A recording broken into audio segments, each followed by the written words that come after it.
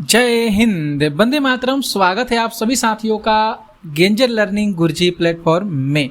तो डेली हम लोग यहाँ पे बिहार टीचर एग्जाम से रिलेटेड जो इम्पोर्टेंट टॉपिक है उससे रिलेटेड प्रश्न कर रहे हैं। प्रीवियस ईयर्स के प्रश्न कर रहे हैं जो बिहार टीचर एग्जाम में पूछे गए हैं। उसके तरह कह सकते हैं बीपीएससी के द्वारा जो एग्जाम कंडक्ट कराता है, बीपीएससी अपना जो एग्जाम लेता है उससे भी जो प्रश्न बने हैं उसको भी हम इस चैप्टर में मतलब इस क्लास में करा रहे हैं। आप लोग को पता होगा कि हाई कोर्ट के द्वारा जो बीपीएससी 3 का एग्जाम होने वाला था उसको रद्द कर दिया गया है। अभी इसके बारे में कोई सूचना नहीं आई है। जब तक अभी कुछ दिनों में के बाद सूचना आएगी तब तक आप लोग अभी अच्छे तरीक़ा से तैयारी कीजिए। तो हम लोग भारत के भूगोल से रिलेटेड जो बीपीएससी के द्वारा प्रश्न पूछा गया है या बिहार टीचर एग्जाम में जो प्रश्न आए हैं, जो फेज 1 और फेज 2 का एग्जाम हुआ है उसके अकॉर्डिंग हम प्रश्न आप लोगों को करा रहे हैं जो प्रश्न पूछे गए हैं। तो भारत के भूगोल से रिलेटेड कल की क्लास में हम लोग प्रश्न किए थे, उसके आगे के प्रश्न को हम लोग आज की क्लास में करने वाले हैं। ठीक है, तो यहाँ पे आज की जो हम लोग का टॉपिक होगा जहाँ से प्रश्न आए हैं उस टॉपिक को यहाँ पे आप लोग देख सकते हैं। अफवाह तंत्र, प्रमुख घाटियाँ और प्रपात और झीलें, इसी के अकॉर्डिंग आज की क्लास में हम प्रश्न करेंगे जो बीपीएससी के द्वारा पूछे गए हैं। तो जो 16 प्रश्न है कह रहा है कि चाप झील ये कहाँ पाई जाती है, चाप झील कहाँ पे पाई जाती है। जो नदी घाटियाँ होती है दोस्तों, जो नदी घाटियाँ होती है वहाँ पे चाप झील, जिसको ऑक्सबो के नाम से जाना जाता है, ऑक्सबो। ये जो प्रश्न है आप देख सकते हैं बीपीएससी जो 2 का एग्जाम हुआ था 14/12/2023 में, इस प्रश्न को पूछा गया है। तो चाप झील के बारे में आप लोग को ध्यान में रखना होगा कि चाप झील जो है ये नदी घाटियों में पाई जाती है। मैदानी भागों में प्रवेश करने के उपरांत जो नदी होती है ये क्षैतिज अपरदन के कारण घुमावदार मोड़ों से होकर प्रवाहित होती है, जिसे यह जो मोड़ नदी है इसे विसर्प कहा जाता है। इसे क्या कहा जाता है? इसे विसर्प कहा जाता है। प्रश्न देखेंगे 17 पे। 17 जो प्रश्न है कि चिनाब नदी अंततः सिंध नदी में कहाँ पे मिलती है। जो चिनाब नदी है ये अंततः सिंध नदी में कहाँ पे मिलती है। तो ऑप्शन ए हम लोग सही करेंगे, मिथनकोट में मिलती है। कहाँ पे मिलती है? ये मिथनकोट में मिलती है, क्योंकि चिनाब नदी जो है ये सिंधु नदी की सहायक नदी मानी जाती है। चिनाब नदी जो हो जाएगा ये सिंधु नदी की सहायक नदी है। यह जो है बारालाचा दरे के दोनों ओर से निकलने वाली चंद्र और भागा नामक नदियों के तांडी में मिलने से बनती है। कैसे बनती है दोस्तों? तो ये बारलाचा दारा के जो बारलाचा दारा के दोनों साइड में, दोनों ओर ये चंद्र और भागा नामक नदियों के तांडी से मिलने से बनती है। यह अखनूर कहाँ पे? तो जम्मू कश्मीर के निकट मैदान में प्रवेश करती है और मिथिनकोट के पास सिंध नदी में जाकर मिल जाती है। अब बात करेंगे जो चिनाब नदी है, इसे जल परियोजना कौन कौन सा देख सकते हैं यहाँ पे, बगलिहार, सलाल और दुल्हस्ती। ये भी प्रश्न बहुत ज़्यादा इम्पोर्टेंट है, बीपीएससी 2 में पूछा गया है। प्रश्न बढ़ेंगे हम लोग 18 पे। यहाँ पे देख लीजिए 18 जो प्रश्न है, निम्नलिखित नदियों में से सबसे बड़ा जलग्रह क्षेत्र कौन सा है। जलग्रह क्षेत्र पोनानी हो जाएगा। यहाँ पे ऑप्शन 20 राइट होगा कि निम्नलिखित नदियों में से सबसे बड़ा जलग्रह क्षेत्र किसका हो जाएगा, तो पोनानी का हो जाएगा। ठीक है दोस्तों, आप लोग ध्यान में रखिएगा। प्रश्न हम लोग बढ़ेंगे आगे, देखिएगा ध्यान से। यहाँ पे जो अगला प्रश्न है 19 नंबर। यहाँ पे जो 19 नंबर प्रश्न है कह रहे हैं कि कोसी मैदान की माध्य समुद्र तल से औसत ऊंचाई कितनी है। कोसी जो मैदान है इसकी ऊंचाई जो है समुद्र तल से कितनी है, तो यहाँ पे 30 मीटर हो जाएगा। कितना हो जाएगा? समुद्र तल से इसकी ऊंचाई 30 मीटर हो जाएगा। 20 प्रश्न है, गंडक नदी का दूसरा नाम क्या है। गंडक नदी का दूसरा नाम नारायणी हो जाएगा। याद रखिएगा, गंडक नदी का दूसरा नाम क्या हो जाएगा, तो गंडक नदी का नारायणी हो जाएगा। ठीक है, इसका उद्गम की बात करेंगे तो इसका जो उद्गम स्थल है यह नेपाल की सीमा के पास तिब्बत में समुद्र तल से 7620 मीटर की ऊंचाई से होता है। ठीक है, तो इसे ध्यान में रखिएगा। कुल लंबाई की बात करेंगे तो 630 किलोमीटर है, जिसमें से 185 किलोमीटर नेपाल में और 445 किलोमीटर भारत में ये विस्तृत है। आगे देखिए प्रश्न, 21 नंबर प्रश्न है कि स्वर्ण रेखा नदी निम्नलिखित में से किस गांव के पास निकलती है? तो ये नगरी से निकलती है। स्वर्ण रेखा नदी जो है झारखंड के रांची के नगडी नामक स्थान से निकलती है। नगडी, नगरी नहीं याद कीजिएगा, नगडी याद कीजिएगा, ठीक है, जो उड़ीसा से गुजरते हुए बंगाल की खाड़ी में गिरती है। और इसकी जो प्रमुख नदी है राढ़ू, कांची और खरकाई हो जाएगा। खरकई, माफ कीजिएगा, खरकई। तो ध्यान में रखिएगा, मोस्ट इंपॉर्टेंट प्रश्न है, बीपीएससी के द्वारा अपना प्रश्न पूछा गया है। स्वर्णरेखा नदी निम्नलिखित में से किस गांव के पास निकलती है? तो नगडी से निकलती है। नगडी कहाँ पे? तो झारखंड के रांची के नगरी नामक स्थान से निकलती है। तो देख सकते हैं कैसे घुमा के प्रश्न पूछा गया है। अगर चलेंगे, बढ़ेंगे हम लोग 22 नंबर प्रश्न पे।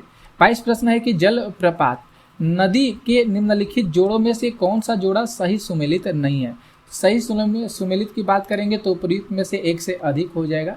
यहाँ पे डी ऑप्शन राइट होगा, क्योंकि जो धुआंधार जलप्रपात है ये मध्य प्रदेश के जबलपुर जिला में नर्मदा नदी पर स्थित है। ये भी याद रखिएगा, यहाँ पे जो धुआंधार जलप्रपात दिया गया है ये कहाँ पे हो जाएगा? ये मध्य प्रदेश के कौन से नदी पर? नर्मदा नदी पर। तो इसलिए क्या हो गया? गलत हो गया, न कि गोदावरी नदी पर, ठीक है, याद रखिएगा। इसके बाद चलते हैं कपिलधारा जलप्रपात। यहाँ पे जो बी ऑप्शन में दिया गया है कपिलधारा जो जलप्रपात है ये कावेरी नदी पर स्थित नहीं हो जाएगा, ये नर्मदा नदी पर स्थित है। कौन से नदी पर हो जाएगा? तो कपिलधारा जलप्रपात नर्मदा नदी पर स्थित है। कपिलधारा जो जलप्रपात है ये एमपी में हो जाएगा। कहाँ पे हो जाएगा? तो ये एमपी में हो जाएगा, अमरकंटक जिले में स्थित है। आगे बात करेंगे जोग जलप्रपात। जोग जलप्रपात तो जो हो जाएगा ये पश्चिम बंगाल के शिमोगा जिले में स्थित हो जाएगा। जोग जलप्रपात जो है ये पश्चिम बंगाल के शिमोगा जिले में शरावती नदी पर स्थित देश का सबसे दूसरा सर्वोच्च जलप्रपात के रूप में जाना जाता है। किसको? तो जोग जलप्रपात को। और इसका नया नाम जो है महात्मा गांधी जलप्रपात है। महात्मा गांधी जलप्रपात हो जाएगा। तो बहुत ज़्यादा इंपॉर्टेंट है जोग जलप्रपात, जोग या गरसोपा जलप्रपात उसको बोला जाता है।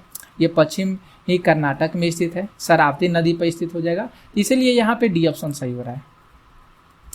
आगे बढ़ते हैं 23 पे। 23 जो प्रश्न यहाँ पे है कि लिखा पानी हिमनद भारत के निम्नलिखित में से किस राज्य में स्थित है? तो अरुणाचल प्रदेश में हो जाएगा। लिखा पानी हिमनद जो हो जाएगा ये भारत के अरुणाचल प्रदेश राज्य में स्थित हो जाएगा, ठीक है। यह हिमनद जो हो जाएगा उच्च हिमालय में अरुणाचल प्रदेश और म्यांमार की सीमा पर स्थित है। यह हिमनद जो है उच्च हिमालय में अरुणाचल प्रदेश और म्यांमार की सीमा पर स्थित है, ठीक है। और लेखा पानी असम राज्य के तिनसुकिया जिले में स्थित एक नगर के रूप में जाना जाता है, जो कि चाय बागानों के लिए प्रसिद्ध माना जाता है। देख सकते हैं कितना इंपॉर्टेंट है, बिहार टीचर एग्जाम में पूछा गया प्रश्न है। 24 नंबर प्रश्न की बात करेंगे दोस्तों। और दोस्तों आप लोग से रिक्वेस्ट है, निवेदन है, आप लोग इस वीडियो को देखे होंगे और देख रहे होंगे तो आप लोगों के पास जो भी ग्रुप होंगे, व्हाट्सएप ग्रुप, फेसबुक ग्रुप, सारे ग्रुप में आप लोग इस वीडियो को शेयर जरूर करिएगा। 24 प्रश्न है, निम्नलिखित में से कौन सी सहायक नदी ब्रह्मपुत्र से उत्तर दिशा में नहीं मिलती है? तो यहाँ पे देखेंगे सुबनसिरी, बेलसिरी, मानस, सुप्रीम। तो ये ऑप्शन यहाँ पे क्या हो जाएगा? सही हो जाएगा। कौन सी सहायक नदी पूछा है जो ब्रह्मपुत्र से उत्तर दिशा में नहीं मिलती है? तो यहाँ पे ऑप्शन कोई भी सही नहीं दिया गया है। ब्रह्मपुत्र जो नदी है हिमालय के उत्तर में तिब्बत के पठार पर स्थित मानसरोवर झील के पास से निकलती है। ब्रह्मपुत्र नदी कहाँ से निकलती है?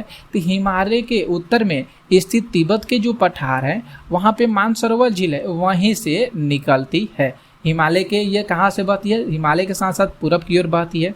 3 देश इसके अंतर्गत आते हैं, चीन, भारत और बांग्लादेश से होकर प्रवाहित होती है। तो ध्यान में रखिएगा। अब देखते हैं हम लोग का जो अगला प्रश्न है, टॉपिक है मानसून एवं वर्षा। इससे प्रश्न आया है। 25 प्रश्न है कि निम्नलिखित में से कहाँ अक्टूबर और नवंबर के महीने में भारी वर्षा होती है?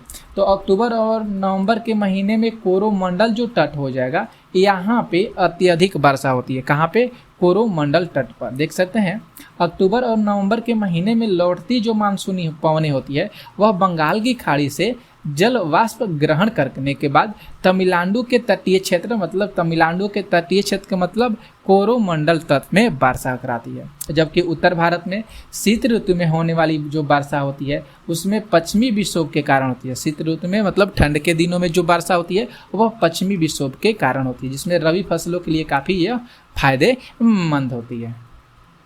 यहाँ पे जो 26 प्रश्न है कि भारत में मानसून सीजन में अधिकांश चक्रवातों की उत्पत्ति होती है। अधिकांश चक्रवातों की उत्पत्ति देख सकते हैं यहाँ पे जो दिया गया है इंग्लिश में 8 डिग्री उत्तरी से 13 डिग्री उत्तरी अक्षांश के मध्य। तो हम लोग राइट आंसर से सीधा हम लोग राइट आंसर की ओर रुख करेंगे बिना सोचे समझे, क्योंकि ज़्यादा हम लोग का वीडियो लंबा हो जाएगा। ठीक है, तो ये ऑप्शन हम लोग सही करेंगे। 8 डिग्री से लेकर 15 डिग्री उत्तरी अक्षांश के मध्य पैदा होता है।